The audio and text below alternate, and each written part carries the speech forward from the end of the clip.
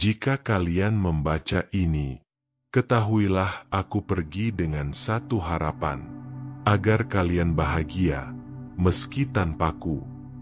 Ini adalah kalimat di halaman terakhir dari buku Usang yang ditulis Dharma dalam kesendiriannya.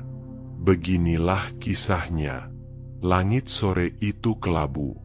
Awan menggantung berat seolah ikut merasakan kesedihan yang telah lama bersarang di hati seorang lelaki tua bernama Dharma. Di sudut gang sempit kampung nelayan di pinggiran kota, Dharma duduk termenung di depan rumah reot beratap seng yang sudah karatan. Angin laut membawa serta aroma asin yang menusuk hidung, seakan mengingatkan bahwa hidupnya kini tak lebih dari sisa-sisa kejayaan masa lalu yang telah lama sirna. Dharma mengusap wajahnya yang keriput, lalu menatap telapak tangan tuanya yang dulu pernah menyalami para pejabat dan rekan bisnisnya. Tak ada yang menyangka bahwa lelaki tua yang kini hanya mengenakan kaos lusuh dan celana sobek itu, dulunya adalah sosok anak muda sukses yang sangat disegani. Dulu aku punya segalanya, gumamnya lirih, seolah hendak meyakinkan dirinya sendiri bahwa semua itu bukan hanya mimpi. Dharma muda adalah seorang pengusaha sukses di usia 30-an. Usahanya di bidang ekspor hasil laut berkembang pesat, memberi kekayaan yang nyaris tak terbatas. Mobil mewahnya, jam tangan seharga ratusan juta menghiasi pergelangan tangannya, dan pesta adalah rutinitas akhir pekan. Namun, semua itu datang dengan harga yang perlahan-lahan ia bayar tanpa sadar. Keluarga yang mulai menjauh, kesehatan yang memburuk, dan keuangan yang tak pernah diatur dengan bijak. Istrinya, Ratna, adalah wanita sabar yang sejak awal menemaninya merintis usaha dari nol. Mereka menikah di usia muda dan membesarkan 2 orang anak, Reza dan Nisa, dalam rumah tangga yang awalnya sederhana dan penuh cinta. Tapi seiring bertambahnya kekayaan, Dharma berubah. Ia mulai jarang pulang, lebih sering menghabiskan waktu dengan teman-temannya daripada duduk makan malam bersama keluarga. "Papa kerja untuk kita," katanya setiap kali Ratna menegurnya. Namun Ratna tahu, kerja yang dimaksud bukan lagi untuk mereka, melainkan untuk memenuhi ambisi pribadi dan gaya hidup yang semakin mewah. Peringatan demi peringatan Ratna abaikan.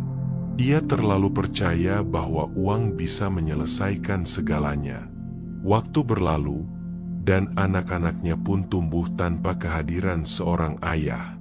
Reza, anak sulungnya, mulai menunjukkan sikap pemberontakan sejak remaja. Ia merasa tidak dihargai, tidak didengar, dan akhirnya memutuskan untuk kuliah di luar kota dan menjauh dari keluarga. Nisa, adiknya, tumbuh menjadi gadis pendiam yang hanya bisa mencurahkan isi hatinya kepada ibunya. Ratna tetap bertahan, meski hatinya hancur sedikit demi sedikit. Ia berharap Dharma akan berubah, bahwa mungkin suatu hari ia akan kembali menjadi suami dan ayah yang dulu ia cintai. Namun harapan itu hanya tinggal harapan. Satu malam, saat angin Jakarta bertiup lebih kencang dari biasanya, Dharma pulang ke rumah setelah larut malam. Ratna menunggunya di ruang tamu dengan wajah lelah dan mata sembab. "Dharma, kita harus bicara," ucap Ratna dengan suara tenang namun tegas. Dharma hanya mengangkat alis, menatap istrinya seperti orang asing. "Apalagi?" tanyanya dengan nada malas. Ratna menatap mata suaminya yang kini keruh dan kosong. "Aku nggak bisa hidup seperti ini terus. Aku dan anak-anak butuh ayah. Bukan uangmu. Kami butuh kamu." Dharma tertawa mengejek. "Kamu ini kenapa sih? Semua ada. Rumah, mobil, uang. Kamu tinggal duduk manis, urus anak, dan nikmatin hidup. Apalah artinya semua itu kalau kita hampa, Dharma?" Ratna berdiri. "Aku nggak mau anak-anak tumbuh tanpa kasih sayang. Aku lelah berjuang sendirian. Untuk pertama kalinya, Ratna mengemasi barang-barangnya malam itu. Ia membawa serta Nisa, sementara Reza sudah lebih dulu tinggal di luar kota. Tak ada air mata perpisahan, hanya keheningan yang menyayat hati. Dharma membiarkan Ratna pergi begitu saja. Akan balik juga nanti, gumamnya sambil berjalan menuju kamarnya.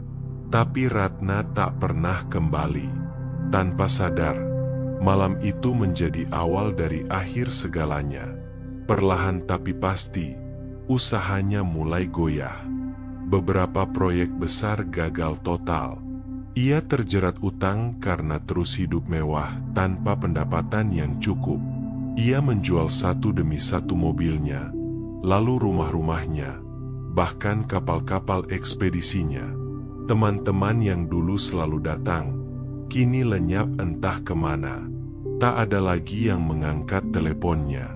Tak ada yang menawarinya bantuan. Ia pernah menjadi raja kecil di lingkaran atas kota, namun kini bahkan supir lamanya enggan menyapanya. Saat rekeningnya nyaris kosong dan tagihan menumpuk, barulah Dharma sadar, dia sendirian. Sangat sendirian. Ia mencoba menghubungi Ratna, tapi hanya pesan singkat yang ia terima. Jangan cari kami. Sudah cukup luka yang kau beri. Reza? Tak ada kabar. Nisa? Nomornya sudah tak aktif. Ia bahkan tak tahu di kota mana mereka tinggal sekarang. Hari demi hari, Dharma menghabiskan waktu di kamar kos murah yang ia sewa dengan sisa uang yang ada. Ia mulai menjual barang-barang pribadinya, jam tangan, jas mahal, bahkan lukisan-lukisan di dinding rumah yang dulu dibanggakannya. Lambat laun, hidupnya menjadi rutinitas sepi. Bangun, duduk termenung, menyeduh kopi murahan, dan menatap langit-langit. Ia tak punya tujuan. Tak ada yang mencarinya. Tak ada yang menantikan kehadirannya. Kadang ia berjalan kaki ke taman kota, duduk di bangku tua sambil mengamati orang-orang yang lewat. Di sana ia melihat anak-anak bermain dengan ayah mereka, pasangan muda bergandengan tangan, keluarga kecil makan bersama. Pemandangan itu menghantam hatinya seperti pukulan bertubi-tubi. Seandainya aku bisa mengulang waktu, ucapnya lirih suatu sore. Tapi waktu tak bisa diulang, tak bisa dibeli. Dan penyesalan selalu datang ketika semuanya sudah terlambat. Waktu terus berjalan. Usia Dharma kini memasuki 72 tahun. Tubuhnya mulai ringkih. Jalannya lambat, napasnya pendek, dan pandangannya sudah tak sejernih dulu. Rambut yang dulu hitam mengilap kini nyaris seluruhnya memutih. Ia masih tinggal di rumah semi permanen di gang kecil dekat pelabuhan, tempat yang dulu tak pernah terlintas dalam benaknya akan menjadi akhir hidupnya. Setiap pagi, Dharma duduk di depan rumah, memandangi anak-anak tetangganya berangkat sekolah. Ada sebersit rindu di matanya. Rindu melihat Nisa yang dulu suka merengek minta dibelikan buku cerita. Rindu mendengar Reza menceritakan nilai ujian matematikanya yang tinggi. Rindu suara Ratna yang membangunkannya untuk sarapan. Namun semuanya tinggal kenangan. Tak ada satupun yang tersisa untuknya kini, kecuali penyesalan. Kalau waktu bisa diputar, aku akan memilih pulang lebih sering, mendekap istri dan anakku, menyisihkan uang untuk masa depan, bukan memuaskan ego, bisiknya setiap kali ia duduk sendirian. Terkadang, di malam hari, ia bermimpi duduk di meja makan bersama keluarganya. Ratna menyajikan makanan, Nisa tertawa, Reza bercerita, dan ia mendengarkan dengan senyum hangat. Tapi begitu terbangun, hanya suara jangkrik yang menemaninya. Dalam kantong bajunya, selalu ada sebuah foto tua yang sudah mulai memudar. foto keluarga mereka saat berlibur ke puncak 25 tahun yang lalu. Ia, Ratna, Reza, dan Nisa, semuanya tersenyum bahagia. Itu adalah hari terakhir mereka berlibur bersama, sebelum Dharma benar-benar tenggelam dalam ambisinya. Ia pernah mencoba mencari mereka. 2 tahun lalu, dengan sisa tenaganya, ia pergi ke kota tempat Reza kuliah dulu, tapi tak menemukan siapapun. Tak ada informasi, tak ada jejak. Seolah keluarganya telah menghapus keberadaannya dari hidup mereka. Hatinya retak, tapi tak ada yang bisa ia lakukan kecuali menerima kenyataan. Kadang, tetangganya merasa iba. Mereka memberinya makanan atau mengajaknya mengobrol. Namun Dharma terlalu tenggelam dalam pikirannya.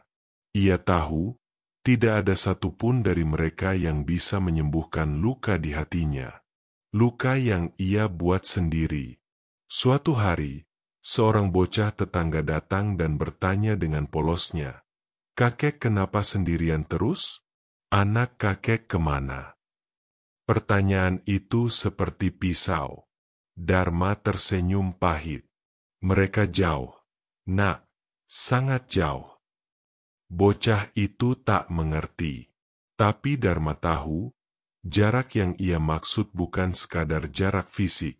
Itu adalah jarak batin yang terbentuk dari tahun-tahun penuh kelalaian, kesombongan, dan pengabaian. Dalam kesendiriannya, Dharma mulai menulis. Bukan novel, bukan puisi, hanya coretan-coretan harapan dan penyesalan. Ia tulis semuanya di buku tulis bekas yang ia temukan di tong sampah. Cerita masa muda, kegagalan, dan permintaan maaf yang tak pernah tersampaikan. Ia tulis surat untuk Ratna, untuk Reza, dan Nisa, meski ia tahu mungkin tak akan pernah sampai. Untuk Ratna, wanita yang paling sabar dalam hidupku, maafkan aku karena memilih dunia, bukan rumah. Untuk Reza, anak laki-lakiku yang pintar, maafkan aku karena tidak pernah ada di sana saat kamu butuh. Dan Nisa, putri kecilku, maaf karena ayahmu ini terlalu bodoh untuk memahami cinta keluarga. Setiap selesai menulis, Dharma akan menangis diam-diam. Tangisan seorang pria yang menyesali hidupnya di usia senja, saat tak ada lagi yang bisa ia beri, tak ada lagi yang bisa ia ubah. Satu malam, hujan turun deras di pelabuhan tua itu. Petir menyambar dari kejauhan, dan suara angin bertiup melolong di antara gang sempit. Di dalam rumah kecil beratap bocor itu, Dharma menggigil dalam gelap. Listrik padam. Lampu minyak satu-satunya telah kehabisan sumbu. Ia duduk bersandar di dinding, mengenakan selimut tipis yang tak mampu melawan dingin. Di pangkuannya, buku tulis usang itu terbuka pada halaman terakhir. Ia baru saja selesai menulis, meski tangannya gemetar. Aku tak tahu apakah surat-surat ini akan sampai. Tapi aku hanya ingin mereka tahu, aku mencintai mereka. Selalu. Meskipun aku tak layak dicintai kembali. Malam itu terasa lebih panjang dari biasanya. Suara hujan tak mampu menutupi kesunyian yang menjerat hatinya. Tubuhnya makin lemah, dan napasnya mulai tersengal. Ia tahu, waktunya mungkin sudah dekat. Dengan sisa tenaga, ia memeluk buku itu dan menatap foto keluarga yang masih ia simpan di bawah bantal. Foto yang warnanya telah memudar, tapi baginya, senyum-senyum itu masih jelas. Masih hidup, masih menghangatkan hatinya yang dingin. Aku minta maaf, bisiknya pelan, lebih kepada dirinya sendiri. Esok paginya, warga kampung menemukan tubuh Dharma terbaring diam dalam tidur panjangnya. Wajahnya tenang, seolah sudah lama bersiap untuk pergi. Tak banyak yang tahu kisah hidupnya, Hanya segelintir tetangga yang mengenalnya sebagai kakek Dharma yang suka duduk termenung. Salah satu anak muda yang biasa membantunya mengurus kebutuhan harian menemukan buku catatan di samping tubuhnya. Setelah membacanya, ia tercekat.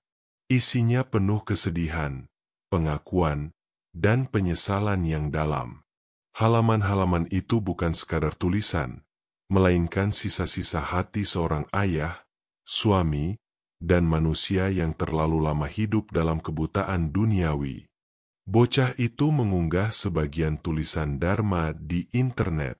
Ia berharap siapapun anak-anak Dharma, atau siapapun yang mengenalnya, bisa membaca dan memaafkannya. Beberapa minggu kemudian, sebuah mobil hitam berhenti di depan rumah kecil itu. Seorang pria berusia 40-an keluar, mengenakan kemeja putih sederhana. Wajahnya tegas, namun matanya merah. Di sampingnya, seorang wanita parubaya dan seorang perempuan muda yang sangat mirip dengan gadis kecil di foto lama ikut turun. Mereka adalah Reza, Ratna, dan Nisa. Mereka datang terlambat. Reza berdiri di depan rumah itu dengan tangan gemetar. Ia tak pernah membayangkan akan kembali dengan perasaan seperti ini. Dulu ia menolak semua surat, menutup semua pintu. Tapi tulisan Dharma yang tersebar di dunia maya menamparnya. Membuat luka lama yang ia pendam selama puluhan tahun terbuka kembali. Namun kali ini bukan dengan marah, melainkan dengan air mata. Mereka masuk ke rumah itu perlahan, dalam diam. Foto keluarga itu masih ada. Buku tulisan Dharma disimpan dengan rapi oleh tetangga. Di halaman terakhir ada satu kalimat yang membuat mereka hancur. Jika kalian membaca ini, ketahuilah aku pergi dengan satu harapan, agar kalian bahagia, meski tanpaku. Ratna menangis dalam diam. Nisa menunduk sambil menggenggam buku itu erat. Reza memejamkan mata dan duduk di kursi reot yang pernah diduduki ayahnya setiap sore. Tak ada yang bisa diubah, tapi mereka kini tahu, ayah mereka bukan sekadar orang yang meninggalkan, tapi juga manusia yang pernah tersesat dan ingin pulang. Mereka memakamkan Dharma dengan tenang di pemakaman kampung. Tak mewah, tapi penuh doa. Tak banyak pelayat, tapi setiap tetangga menyampaikan kisah-kisah kecil tentang Dharma tua yang selalu menyapa, meski hidupnya sendiri penuh luka.